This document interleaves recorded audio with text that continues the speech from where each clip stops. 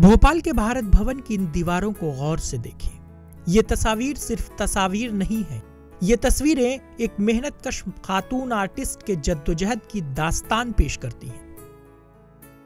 इन तस्वीरों में उस खातून मजदूर की भूख, प्यास और गांव से शहर तक पहुंचने की जद्दोजहद पोशीदा है। इसी जद्दोजहद ने उस मेहनतकश खातून को आज एक पद्मश्री बनाया है। हम बात कर रहे हैं भूरी बाई की, जिनकी मेहनत ने कभी भारत भवन की बुनियाद रखी थी। आज उसी भारत भवन में भूरी बाई बतौर मेहमान खुसूसी पद्मश्री भूरी बाई बनकर मौजूद हैं। मध्य प्रदेश के जिला झाबुआ के पिटौल गांव में पैदा हुई भूरी बाई को बचपन से ही पेंटिंग का शौक था।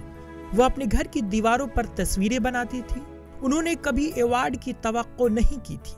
भूरी बाई ने बचपन से ही जिंदगी में जद्दोजहद की। जब वो 10 साल की थी तो वो अपने घर वालों के साथ काम करने के लिए गांव से बाहर जाया करती थी। एक दिन उनके घर में आतिशज़दगी का हादसा पेश आ गया, जिसमें घर का सब कुछ खाकस्तर हो गया।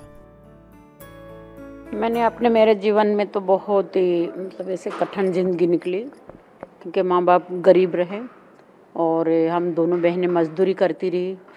तो मजदूरी 8 साल 10 साल की हुई, तब से मजदूरी करते रहे। भूरी बाई की शादी 17 साल की उम्र में हुई। शादी के बाद उनके शौहर उन्हें मजदूरी के लिए भोपाल लेकर आ गए।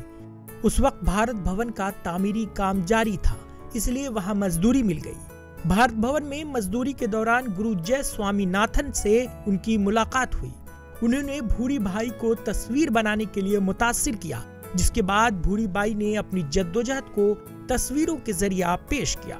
ये तस्वीरें स्वामीनाथन को बहुत पसंद आई और यहीं से भूरी बाई के आर्ट को शनाख्त मिलने लगी। मैं 2002 में से लगातार मैं ये अपना पेंटिंग का काम कर रही हूँ। ये जनजाति संग्रहालय में मुझे बहुत ही नया काम मिला करने के लिए। कहीं ये मेरे अपने पीछे जहाँ मैं खड़ी हूँ वो 70 फीट की लंबी दीवार है, उस पर मैंने अपना खुद का मेरा जीवन दिखाया है।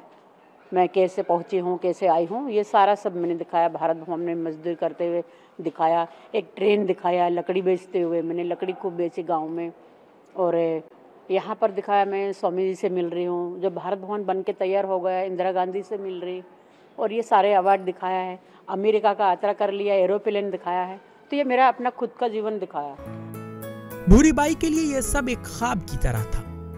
भारत भवन पहुंचकर भूरी बाई को वो तमाम बातें याद आईं जब वो ईंटें ढोती थी, दरख्त के नीचे रोटी खाती थी। भूरी बाई की आंखें उन सारी बातों को याद करके भर जाती हैं। मुझे बहुत ही खुशी की बात है ये, क्योंकि उन हाथों से, मेरे हाथों से उन दीवारों को बनाया और अपने हाथों से बना हुआ उसकी छत के नीचे मुझे एक बार और मौका मिल रहा है। तो मुझे ये लग रहा है कि मैं अंदर जहाँ भारत भवन में जब जाके मैं खड़ी रहती हूँ तो मुझे ऐसा लगता है कि मेरे स्वामी जी आशीर्वाद दे रहे हैं ऊपर से और मेरे आसपास पर हैं। पद्मश्री भूरी बाई पहली खातून भेल आर्टिस्ट हैं जिन्होंने अपनी पेंटिंग के लिए कागज और कैनवस का इस्तेमाल किया। उनकी पेंटिंग मध्य प्रदेश म्यूजियम के अलावा दूसरी कई रियासतों में रखी गई है। फन के शोबे में उन्हें मध्य प्रदेश का सबसे बड़ा एजाज हासिल है। आज वह भील आर्ट और पिथौरिया आर्ट पर वर्कशॉप मुनक़िद करने के लिए भारत की मुख्तलिफ रियासतों में जाती है। भूरी बाई ने भारत के उन कदीम लोक फन को दीगर कई मुसव्विरों के साथ मिलकर बैनुल अक़वामी सतह पर पहुंचाया है। Bureau report, ETV Bharat.